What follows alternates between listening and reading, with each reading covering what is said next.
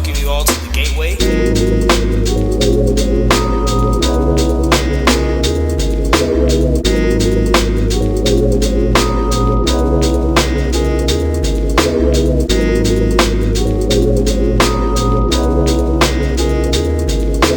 This is The Gateway. All right, well, hello everyone. This is Damarian Jones. I'm Kristen Gibson, and this is our special guest. Can you please introduce yourselves to our listeners? Yes, I'm James Taylor. Chris Phillips. And this is actually episode 7 of SCC's The Gateway. And really excited to roll into this next episode. Pull the mic a little closer to me. I think you guys can hear me a lot better now. And yeah, just, really looking to get you guys' perspectives on, this election. Just some more perspectives on, in your roles actually within the college. And really just your thoughts on basically this last little bit of 2020, moving into 2021. So starting off, just tell us a little bit about yourself. You guys feel free to, whichever wants to start off. Go ahead. Okay. My name is James Taylor, as I said, and I'm Associate Professor of Political Science here at Somerset Community College. I also wear several different other hats at the college. I'm also our transfer coordinator, so I work with students interested in transferring once they complete their degrees here at the college. I am also the faculty co-sponsor of our Veteran Student Organization and do a lot with the Constitution Day and a lot of events that we do on campus. Awesome. Pretty actively involved in a lot of different areas of the college. And what about you? Again, Chris Phillips, and I teach economics and statistics here at Somerset. I've been here for over 20 years. I'm involved with our strategic enrollment management team, so do some stuff involved with some administrative functions at the college as well. Again, have been involved with several things throughout the time here at the college, but mainly just teaching different economics classes and, as I said, some math and statistics as needed. Awesome. So really I was just going to add that Dr. Phillips and I also do election night coverage for a local radio station. We typically do that, and we'll be doing that this coming Tuesday for the election. That's going to be an interesting one indeed. And as James had mentioned briefly earlier, we both have been guests on KET's Kentucky Tonight program before, talking about the state of economics or politics within the state. So we do some things also within the state with different organizations. I'm involved with the Kentucky Economic Association and do some things over the years. I know James has been involved with. Yeah, I'm a past president of the Kentucky Political Science Association. Awesome. So it sounds like you're very passionate about what you do. Yeah. Oh yeah, absolutely. Definitely. So really just rolling into it, how has 2020 affected your roles here at SCC? And also like planning events, scheduling guests, everything like that.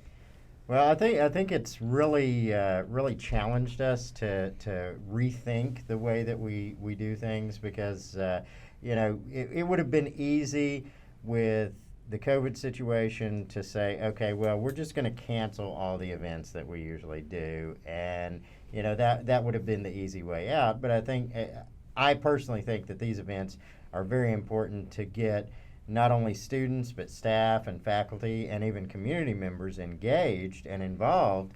And so by looking at, okay, what options do we have to maybe make those virtual?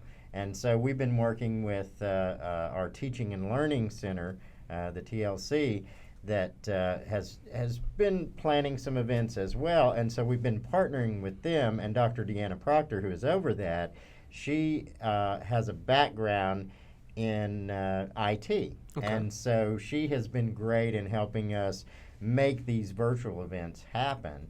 And so, we've been able to schedule just as many possibly. I was thinking about it the other day. We possibly have done more events now that we're doing them virtually this semester than we have in the past. And so we've done quite a bit.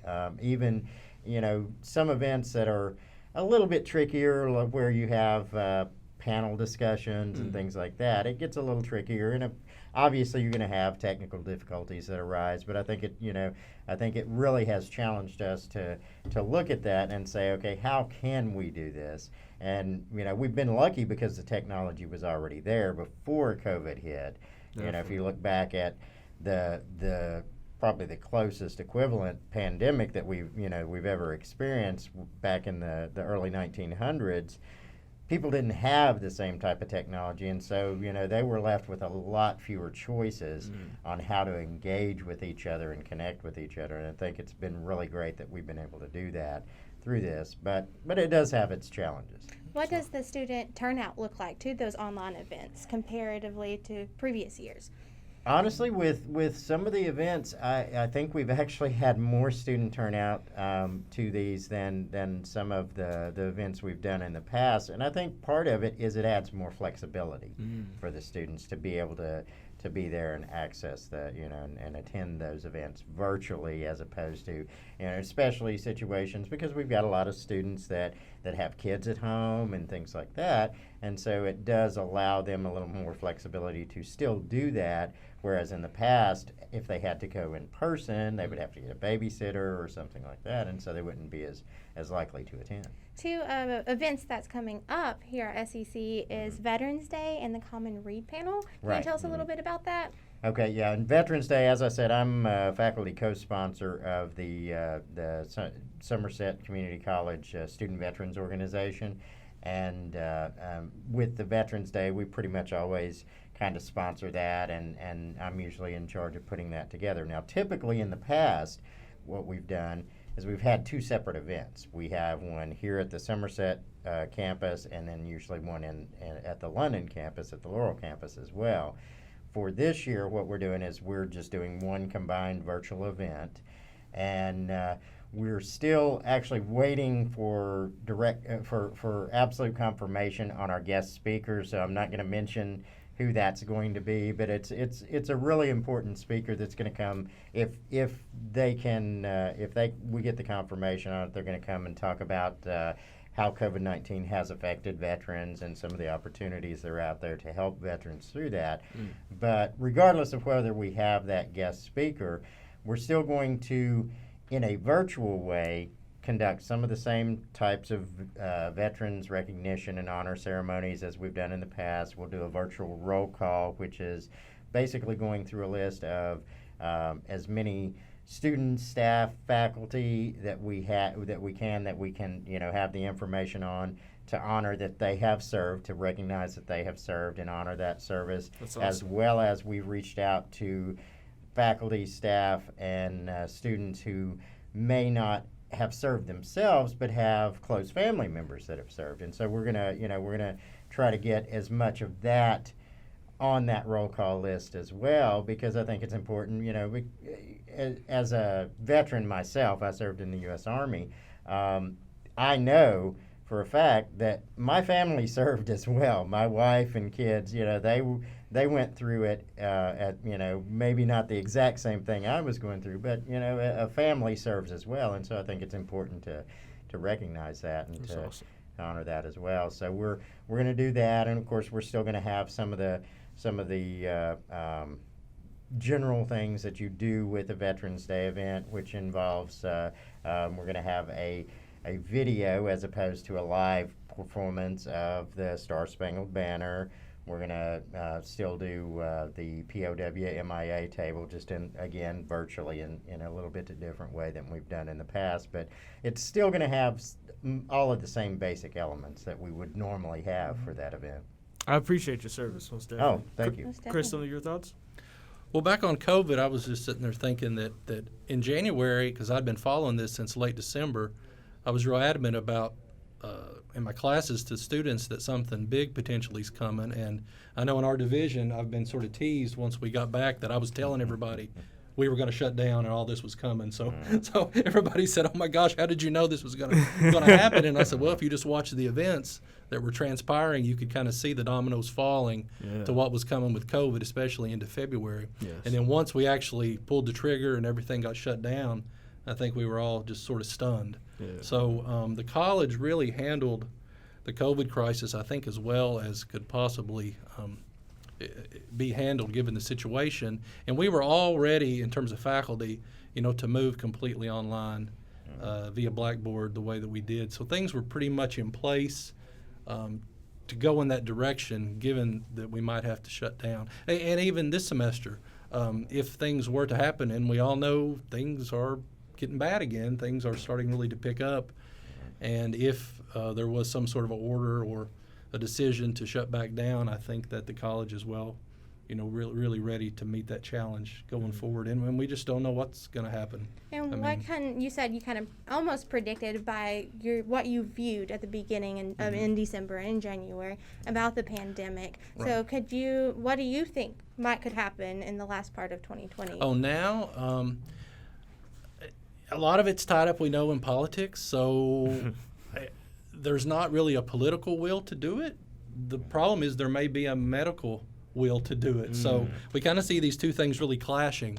I think if the medical professionals had their way, we would shut back down and lock back down tomorrow. But then you got to weigh the economic consequences with it. How do you weigh all these things? So it's really just a give and take. How do you weigh infections and deaths with livelihood and incomes and jobs? And it's not easy. It's not easy to make these decisions. A lot of politicians are out there saying, "Oh, we'll never shut down." I would hate to say that.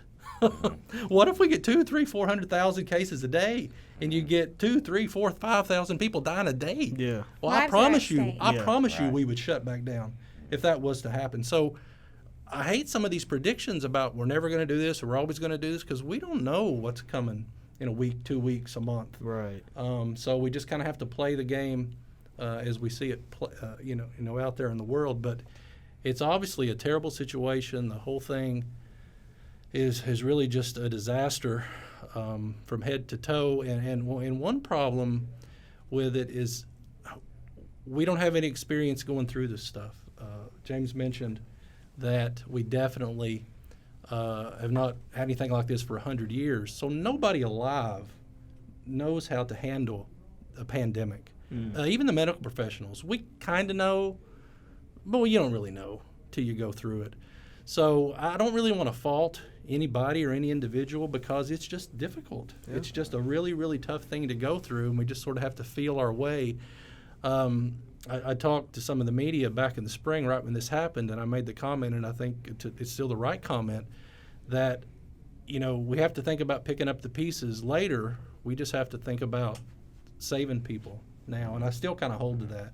Every life that we save, is going to be, a father, a mother, a grandfather, a grandmother, a cousin, an aunt, uncle, and everyone that we can save, even if it does cause some economic harm. You can't get back, a death, but you can break a glass out and you can replace the glass. You can rebuild a business. You can, but it's just very difficult. It's very, very difficult. Thankfully, I think our hospitals, doctors, medical professionals, they seem to have a little better handle on it, and they're doing better, I think, with survivability and how they're dealing with hospitalizations.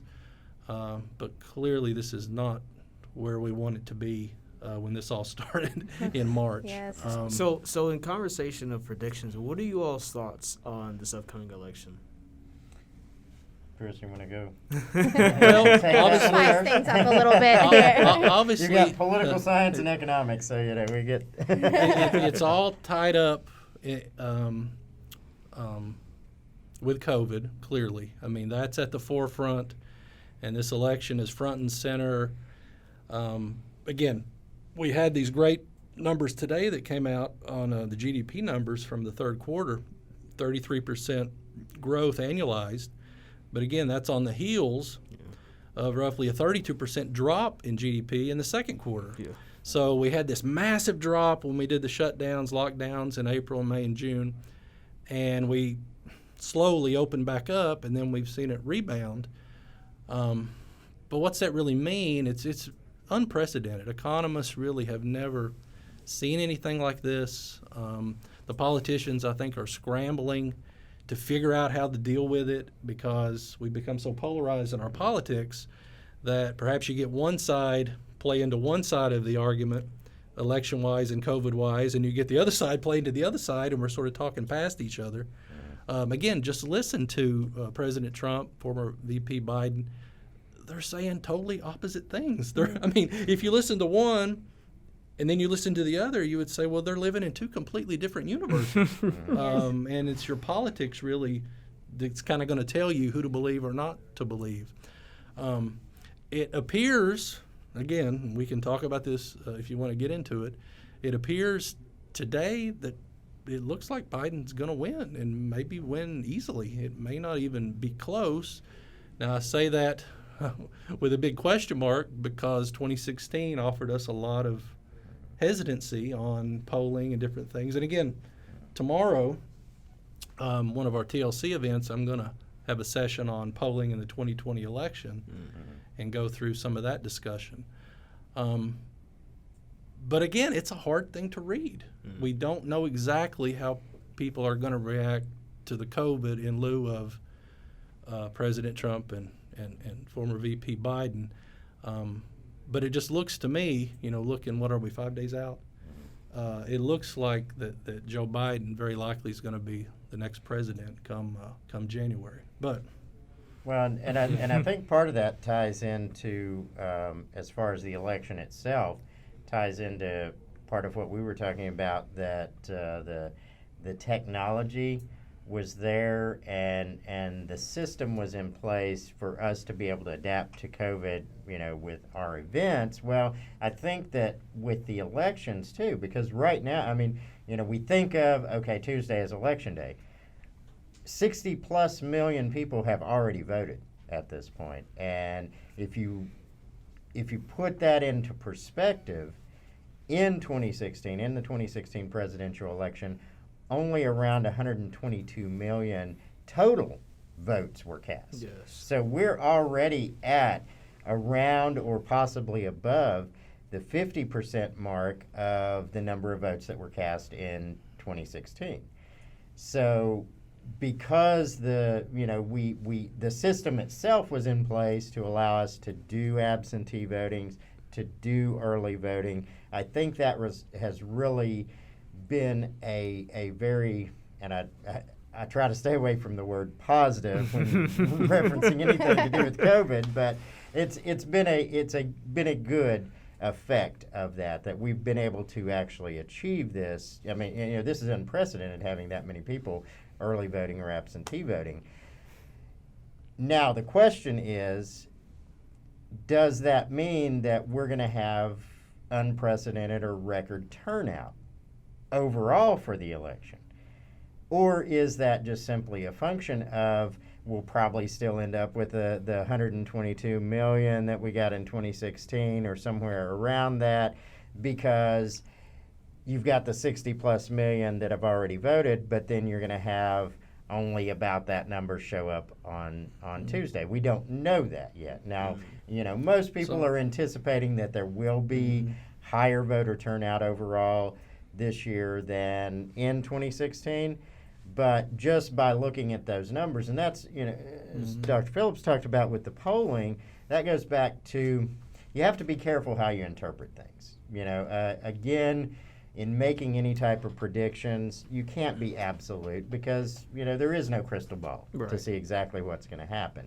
But you have to be careful about in looking at what you're seeing there, the indicators, and polling is a great example, because if you look at the polling back for the 2016 election, everybody says, oh, the polling had it all wrong, the polling had it all wrong. Well, not all of the polling was wrong. It's just that people were reading into the polling something that wasn't there. For example, if you look at national polling can only tell you, okay, well, it looks like this candidate is more popular across the nation than the other candidate. And it may give you some indication of what the overall popular vote is going to be. Right. But in our system, the popular vote is not what elects the president. It's the Electoral College. Yes. So if you really want a better idea, a better way of predicting, okay, which candidate's going to win the election and actually become the next president, you need to look at those individual states, the polling in the individual states.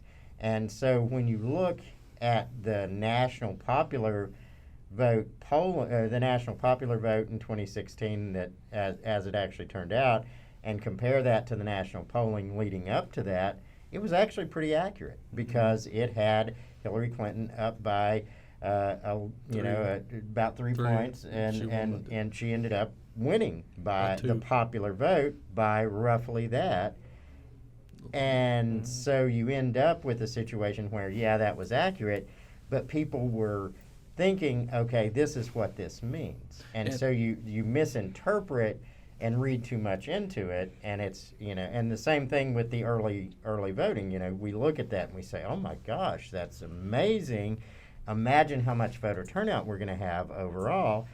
But we can't yet predict that because we may end up having, just the same amount of turnout or close to it. And I was going to say another error that tended to happen in 2016 was that the polls actually changed and shifted pretty dramatically from about a week and a half before the election to the election. Yeah. So if you look back at, say, the middle of October and Hillary Clinton was ahead by 8 or 10 points and then she loses, obviously. Oh, it was so.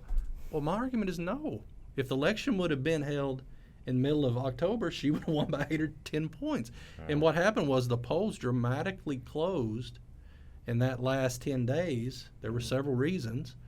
And the race really become a big toss-up. And I think sometimes we get it stuck in our minds that a race is going to go a certain way, and we forget to see those shifts that are going on. This past week, I've been trying to watch pretty closely, and pollsters are watching. Are we seeing any type of a shift, any type of a movement, any type of a... And again, you have to filter out some of the more, bias that's out there, and obviously some media outlets are biased, both sides. Yeah. But a lot of what they're seeing isn't showing much right now. It seems to be pretty steady. Now, does that mean things still can't change in the last? Well, yeah, they can. Right. Things can shift and change. One pollster I was reading, he was talking, and he said, well, that's true. Things can shift. They can shift and change both ways. And sometimes we forget that. Yeah. If Joe Biden's ahead by a certain amount, he may win by that amount. He may tighten up and lose.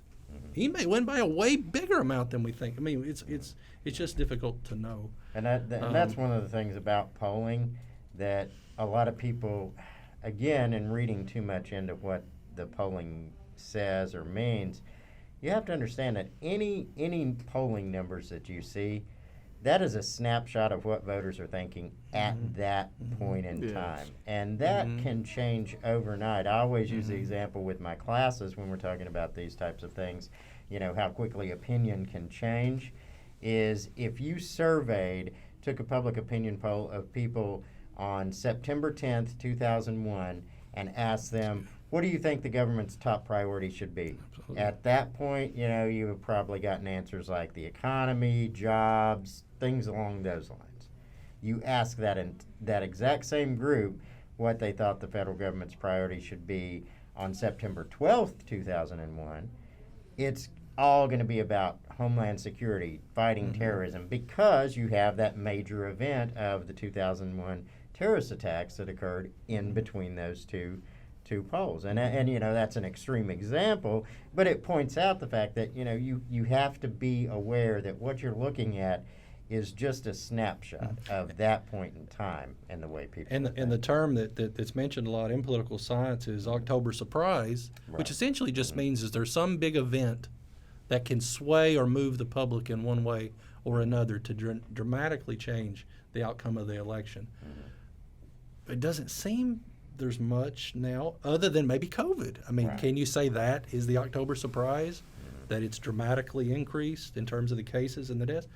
Well, maybe you can. And the other thing I'd mention before you want to maybe go into something else is the whole idea of it absolutely is a snapshot, but it's within some margin of error, right? Polls are not absolute. They always build in some error. Yes. So, if it's 47-47, well, that could mean one candidate's ahead by up to maybe 4 or 5 points, really, or it's down by 4 or 5 points, really. Yeah. So you may have an 8 or 10% swing there that you're basically, when you see those polls, you basically should say, I have no idea.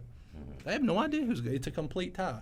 What a lot of statisticians will look at with polling is one of the two candidates ahead enough to be outside of the margin of error. And if that's the case, then you can probably legitimately say, okay, that candidate's ahead, but that poll's going to have to show them considerably ahead, 6, 8, 10 points maybe. And then, okay, they're probably ahead. They still may only be ahead by a couple points, but you can probably safely say that they're ahead. And the problem we're having now even though Joe Biden, and you mentioned national polls, seems to be up 8 or 10 points nationally, those battleground states pretty close. So within that margin of error. conceivably, he could win this election by 5-6 million votes, lose the Electoral College. And we know last time that ends up what happened. Right. It was, I forget, 2 something was the final percent increase win for Hillary, but she ended up losing those. Do you guys few support states. the idea of an electoral college? I know a lot of that's kind That's of a tough one. in question. That's a tough one. I've kind of taken the opinion, and again, this has good arguments on both sides, of more one person, one vote. That I've never really understood, how we can tell people in California, in New York, just because you live in California and New York, that your votes count way, way less than somebody that lives in North Dakota, South Dakota, Wyoming, or maybe blue states like Rhode Island or Vermont. I feel like that kind of contradicts the concept of a democracy. Right. And again, like I said, there's some really good arguments for Electoral College, and this is one of the better ones that I've heard because I'm a big sports fan. And this is a good sports analogy for Electoral College. We just finished the World Series. Yeah. I don't know if you all watch baseball. Anybody watches baseball? The team that scores the most runs over the course of the World Series does not win the World Series.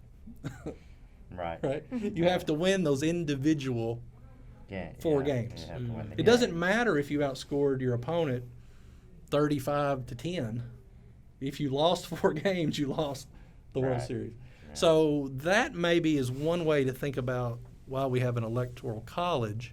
And I understand that it's there to help the rights and preserve small states and the function that they have. But it still seems kind of crazy to Well, me. That's an interesting Yeah. analogy. I like that. That you could lose by millions. And still part win. of part of what we experience today is the way that the electors for the Electoral College are chosen. Yes. That's not the same way that the framers envisioned.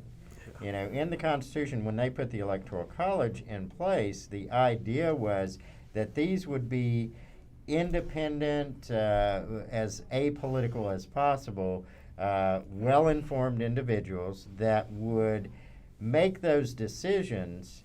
Yes, the states would determine how they were chosen, but they would make those decisions to make sure that we did end up with the best person for the job, not the most popular person for the job. And so one of the arguments against getting rid of the Electoral College is it becomes a popularity contest, but in a sense it already is, because now, originally the way that the electors were chosen is it was not a political party necessarily that chose them, because we didn't have official political parties when the Constitution was written and when in the first days of our country.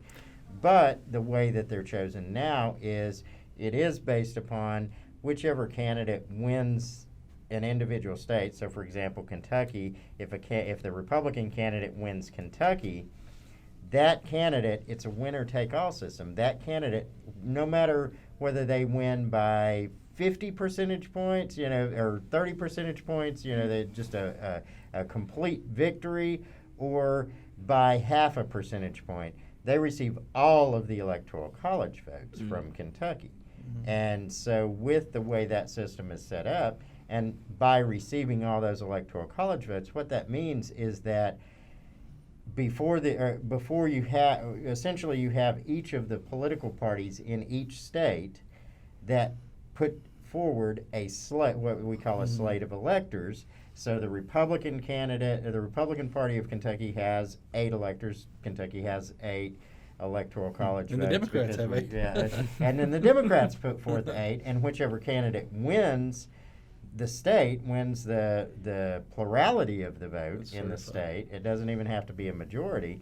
Whichever candidate wins more votes in the state on election day, they receive all 8 of the Electoral College votes, so their slate of 8 is the slate that votes. And they're handpicked by the political party, not based upon necessarily any qualifications or any experience, but mostly at this point in our country, most of the time the electors are chosen by party loyalty. So with a lot of this sounding like it's kind of on the fence, it's like we don't know until it gets a lot closer to the actual election day. What are you all's hopes like for, like what do you think might benefit us moving into 2021 with the, turnout and the results of the election?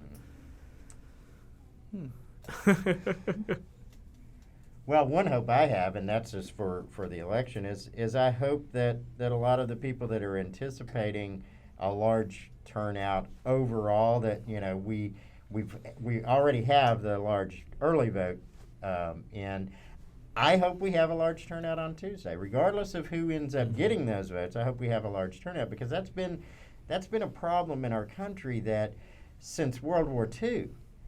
Just after World War II, the studies have shown that since then, up until the present day, we're only averaging in national elections, only averaging around 50% voter turnout. That means 50% of the people that are actually eligible to vote actually vote. So if everyone voted, it could likely change Right. the outcome of Absolutely. our And- politicians. Absolutely. And some of the estimates, again, we don't know, is 150 million or more potentially, which would dramatically put us maybe up in the mid-60s or 70% voting. Back real quick to Electoral College, I was going to say, luckily, it's pretty rare that it flips, like we were saying, that you win the popular vote and lose the Electoral College. It's only happened, I think, 5 times. The problem is it's happened twice in the last 20 years. Right. And I guess depending on your viewpoint, the Democrats have kind of caught the short end of it. So they tend to be the ones kind of pushing against it. The Republicans got the better end of it. And they're kind of like, oh, it's okay, it's okay. I keep thinking, what would happen if it flipped around? And the Republicans won the popular vote and lost the Electoral College? I wonder if they might be more willing to think about a change or something. It's quite possible. But it's Right. a difficult thing to ask. On the 2021, what I'd like to see, if I could just wish, is next Tuesday, no matter who wins, that's not so important. It's just sort of clear. And we don't have this big, drawn-out month, 6-week fight over who's president that would really divide the country even more.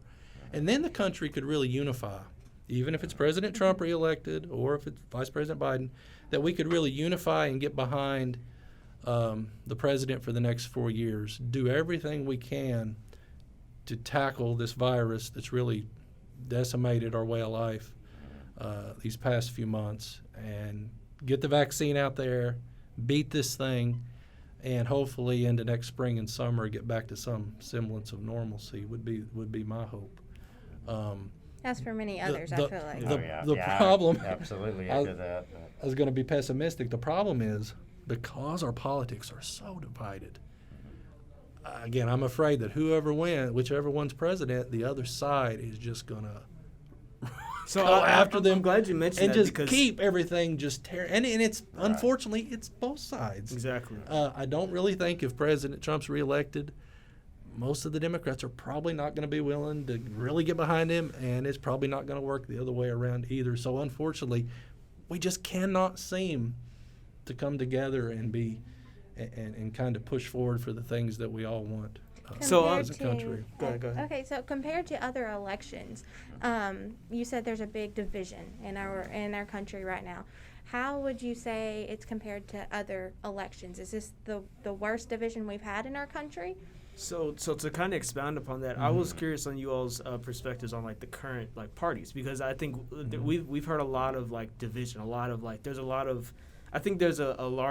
abundance of like association and labeling right now, where I personally feel as though we have 2 mega parties, where you can't have one representative from this party represent the entirety of it, but that represents nearly a facet or like a fraction of it. So what are you all's, expounding from what she said, but what are you all's views on like the parties that we have today in comparison to, I don't know, several decades ago? Well, I'll let the political scientists tear it apart after I get done. But my take on it would be within the parties even, you seem to have sort of a mini war that's going on. And at least within the Republican Party, it appears that this populist wing that Donald Trump has brought to the Republican Party is very different than their traditional Republican Party of the past. Trump has implemented and promoted tariffs. This is something that Republicans never, ever, going back 100 years, would never think about doing. Maybe Teddy Roosevelt, okay, he thought about doing it. But the modern Republican Party abhorred tariffs. They didn't like tariffs.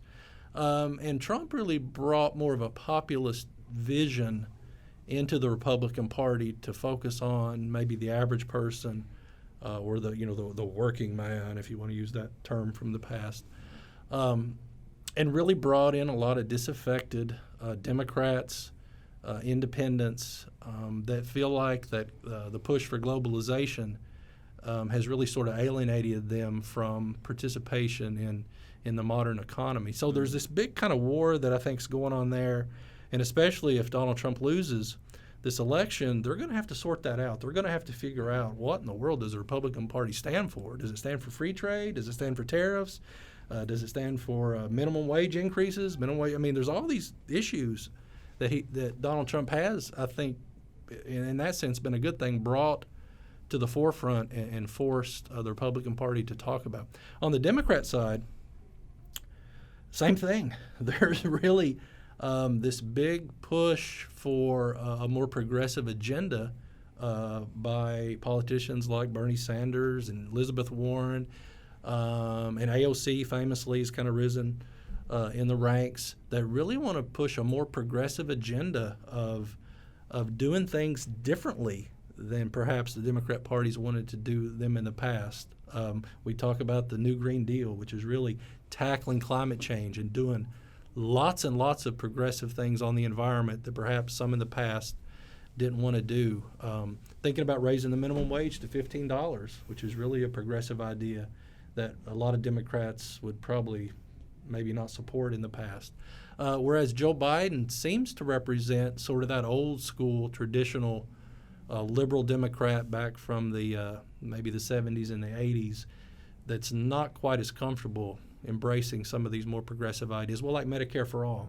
Yeah. And I think VP Biden has been very clear on, he's not for some sort of a universal Medicare for all plan that a lot of Democrats are for. So you really see these two big divides within the party, and it seems sometimes at least that in political terms, Republicans want to fight against certain wings of the Democrat Party, and Democrats want to fight against certain wings of the Republican Party. And sometimes we miss the point that it's not homogenous, that there's different views within the party. So where we go in the future, it's difficult to know sometimes. Now, we could have a long discussion about, if Bernie Sanders was the nominee, where would we be now? That'd be interesting. It's difficult to know where we would be. And I'm not sure I know exactly or would claim that I know. If Bernie was the candidate in 2016, we could be having a re-election for Bernie Sanders campaign, never know. Potentially, if he had beaten Hillary Clinton in the primary. So things are complex, right? Things are difficult. Chris just played the bad cop and gave you all the gloom and doom of the division. To directly answer your question, no, this is not the worst it's ever been. We had a civil war, and it was Republicans and Democrats. In fact, the very first Republican president was Abraham Lincoln, and the division was, to that level, the worst we've ever had. But this is something that is approaching that. It is not Civil War levels yet, but the division, and this is something that we look at our political parties, and as Chris was talking about, you've got divisions within the political parties themselves. Again, that's not unprecedented. It may be more. We may be more hyper aware of it, and some of it may be worse than it has been in other points in our history, but it's nothing new. And political parties go through this process where oftentimes they will actually very significantly go through changes in the party's composition and the direction of the party even. Mentioning the Civil War, if you look at the Republican Party of 1860, the Republican Party of Abraham Lincoln, that Republican Party was what in modern political rhetoric we would call a big government party.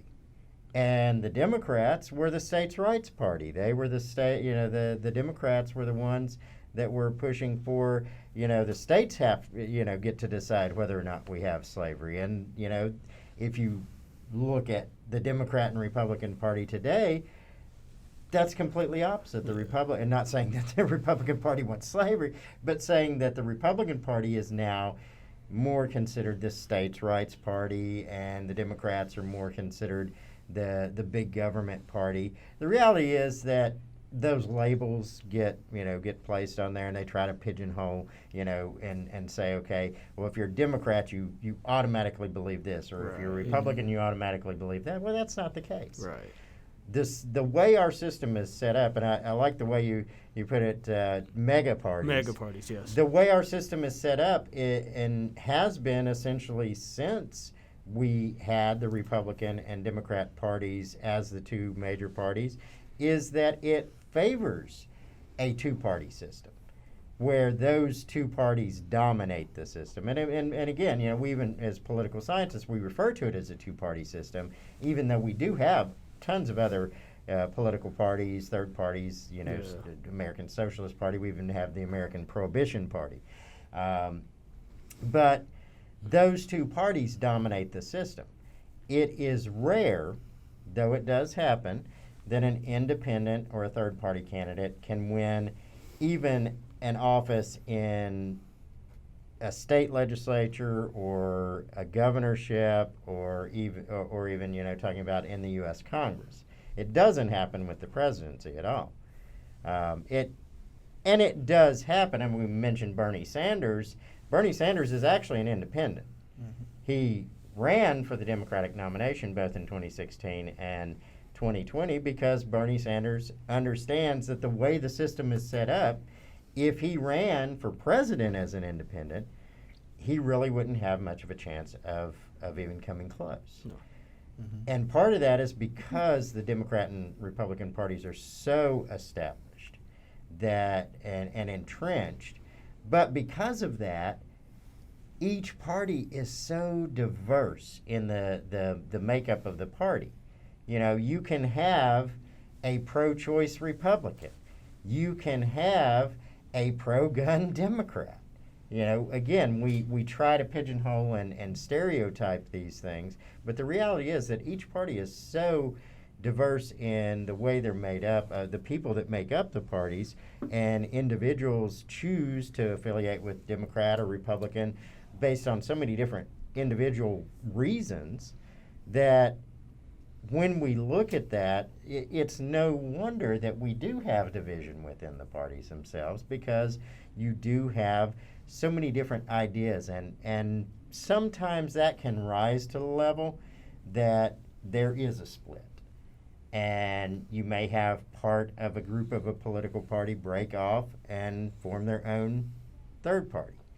It doesn't happen as much here in the United States with our system, simply because they understand that it's a two-party dominant system, and whoever's going to do the breaking off is probably not going to have much success in future political races, and so they stick together despite the fact that there is that internal conflict. I was going to go back and connect this idea of parties with voting. Mm-hmm.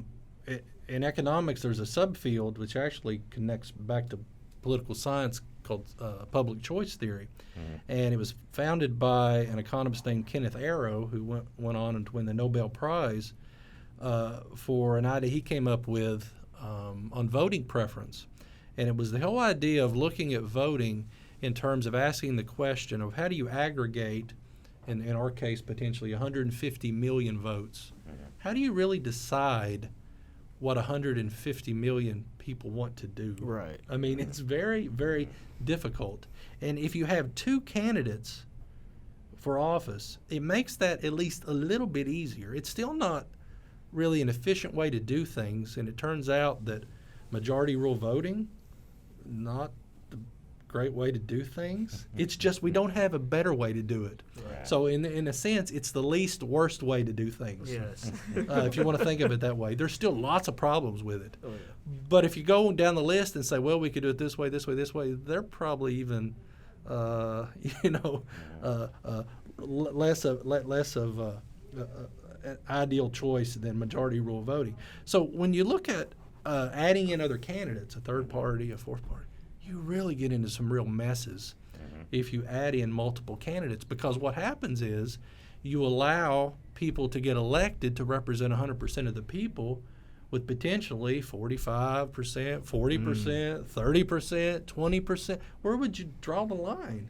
You want this individual who got 15% of the vote to be making the decisions when 85% of the people voted against them? Yeah. Right. It just seems crazy. And it also goes back to the idea of with low voter turnout, if you only have Even less. 50% of the people that are eligible to vote actually turn out to vote, and then you have a situation where a candidate at best wins 50% of the vote, but they're the winner, and the math guy over here can tell you, you only have 25% of the people that actually really supported that candidate. Maine has that voted for. made a change, the state of Maine, and they've instituted statewide something called ranked choice voting. Okay. And other states think about doing this. They haven't really done it yet.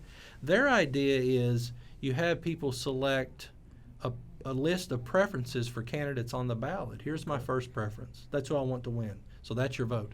But also have a second preference, Interesting. third preference. And they've done this. They're doing this in Maine. Right. So you have the election. Nobody gets 50%.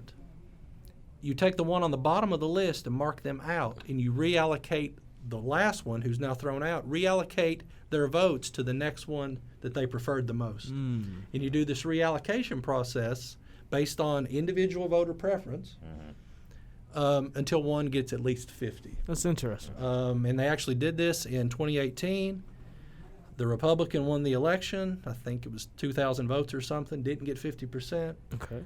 They knocked out the one at the bottom, went through iterative process, and at the end of it, the Democrat ended up winning because that's how the votes played out. Because those third, fourth, fifth parties were spoiling the election, and nobody was getting to 50.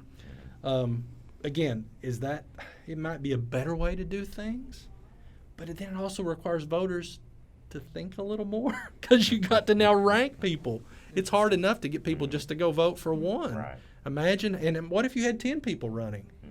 Well, you may not know the difference between your fourth preference and your ninth preference. You may care less. So kind of in closing, what would you say, like one or two for each of you? One or two big takeaways from 2020, and how do you think 2021 will differ from this year?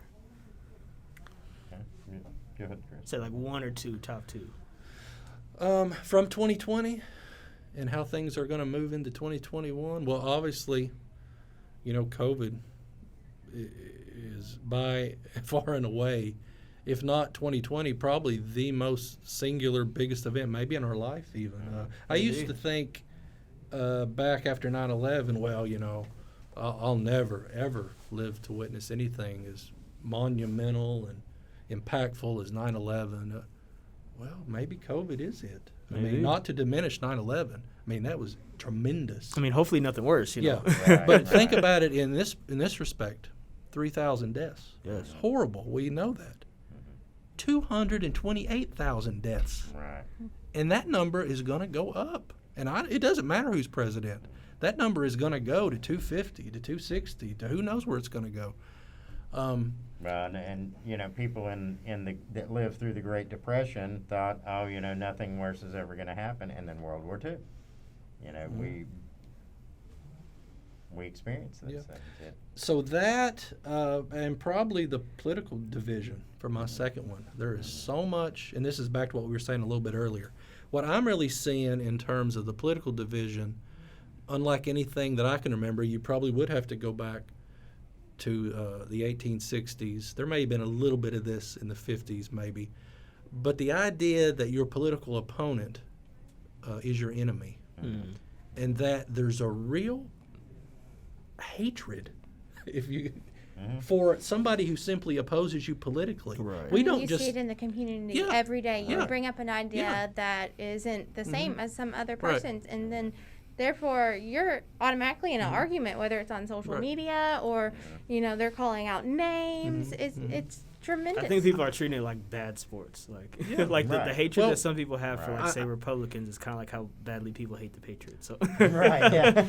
I think back to 2008 when then Senator Obama was running, and I don't know if you remember, but there was a debate, one of the debates, and a lady got up and she was disparaging Senator Obama as a Muslim and essentially Yeah. a terrorist. yeah. And John McCain, Senator McCain from Arizona, looked at her and said, "Ma'am, he is a good American patriot. I just disagree with him politically." And I always thought, man, that's such a great way to handle that question. Now, unfortunately, Senator McCain lost that race. We know President Obama became.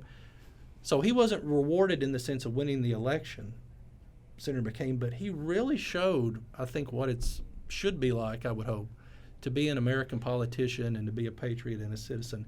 And somewhere along the way, we've really lost that. Yeah. And both sides. We've really lost that we just have a disdain and potentially even the other is suspect. Oh, Yes. You're out to get me. You're out to stop me. You're out to hurt me. And I'm not sure President Trump even really wants to do that to anybody. He just has a set of ideas. I don't think Nancy Pelosi is trying to do that. She has a set of ideas. Now, the ideas may differ. The ideas may conflict even. And at the end of the day, policy-wise, somebody's got to win, if you want to use that term. But we just really have gone down that road, and we use this term all the time. Oh, Trump's a fascist. Oh, no, the Democrats are socialist. And we label everybody, and we have all these names and labels.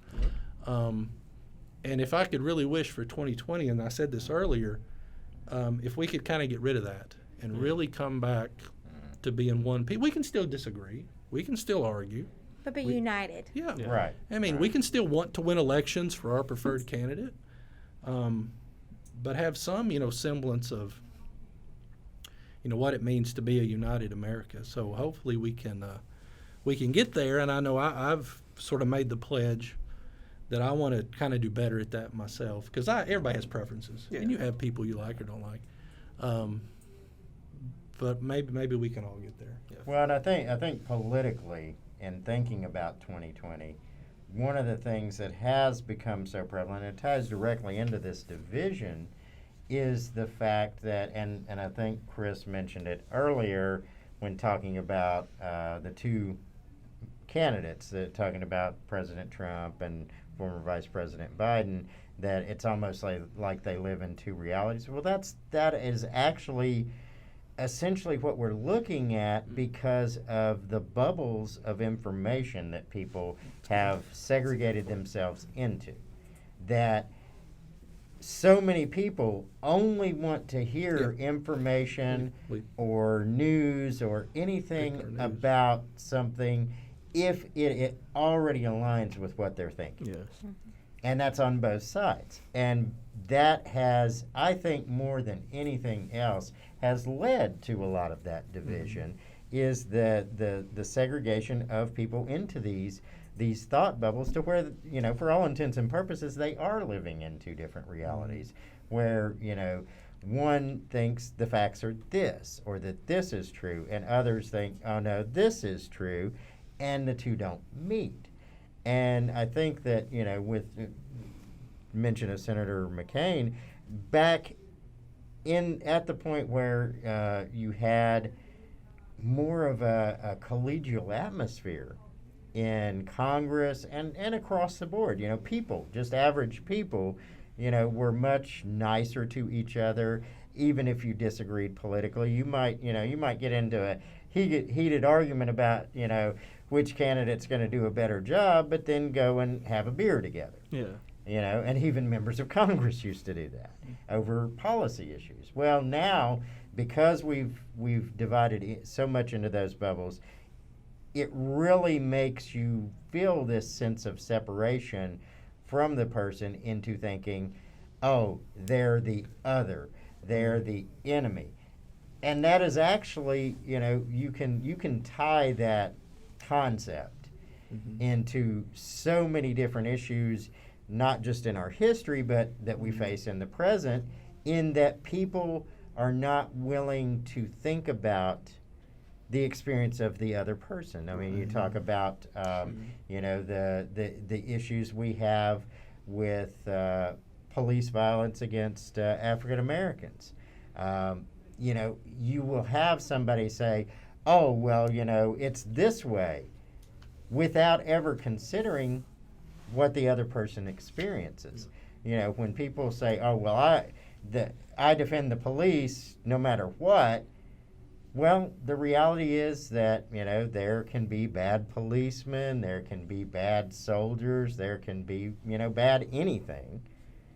And no bad teachers. Well, it's not to say that all of them not are here. bad. Exactly, and that's the thing. And we are so much in the idea of this separation, of these bubbles, that we think it's all or nothing. Right. That it literally, sorry to use the pun, but we think of it in black and white. And the reality is, as human beings, we live in shades of gray. That there are bad individuals and there are great individuals. There are police officers that should not be police officers, but there are police officers that are amazing heroes that should be, given a parade. But the reality is we don't see that because we won't entertain the idea of, oh, well, maybe there's more to this. We don't open our minds enough to accept that. So, as far as I think that has been really escalated, or has really come to the forefront in 2020, and I can't going into the COVID-19 pandemic, I could never have imagined that mask wearing would become a political issue. That anything that is about public health and trying to save lives would be a political issue. And I'm a political scientist. I've been doing this for a while, and it really is amazing to me that we've reached that level of division. And again, I think it boils back down to that the two separate camps have grown into two separate realities. Yeah. And with as far as on a positive note, and again, I'm careful with that term, talking about COVID-19, but I think one of the good things that we can take from 2020, not just what I was talking about is challenging us to think beyond, the way we've thought before, but I think one of the really good things we can take from 2020, despite all the political division, despite all the bad things that have happened, we have seen people step up, and especially in the role of our healthcare professionals. You hear anecdotal stories of nurses and doctors that, because doing their job to save people's lives is putting themselves and their families at risk, they'll go home at night and sleep in their garage to protect their family because they might have come into contact with COVID-19. Right. And so I think, on a good note, we can really take away from 2020 that despite all the terrible things, a lot of times in our darkest hour, that's when some of the best in us shines through. And I think it's good to think about that, and hopefully when all this is said and done, and hopefully, in 2021, and it will be over eventually. And that's the thing, is it will eventually be over, and we can look back on that, because it's hard when you're in the middle of it to see the good. And it's hopefully we can do that. There was one ray of hope in the last couple of weeks that I noticed back when Justice Ginsburg passed a few weeks ago. They were doing some tributes to her, and they had talked about, and I didn't realize this, back before Justice Scalia passed, back in 2016. 2016. They were the best of friends. And, Justice Ginsburg was likely the most liberal member of Supreme Court, Justice Scalia the most conservative, but they had this really close bond and relationship, and there were videos and pictures and all kinds of stuff come out. And if we could get a semblance of that back going forward, I think that really is what we need in 2021, to see that sort of love and respect for each other. Even though our ideas differ, we don't let that separate us. Definitely. So in closing, I think a lot of us can agree that there's this rarity of neutrality. So I see that there's a lot of labeling, there's a lot of association, there's a lot of us versus them type of mentality. So I think everyone watching can at least one big takeaway would be just try and look at things not just subjectively but objectively, where you're not just labeling someone, you're not just associating someone to just they're not a bad apple if they are around this crowd or if they're within that certain batch. But this is Demarian Jones. I'm Kristen Gibson. James Taylor. And Chris Phillips. And we're signing out on SCC's The Gateway, episode 7.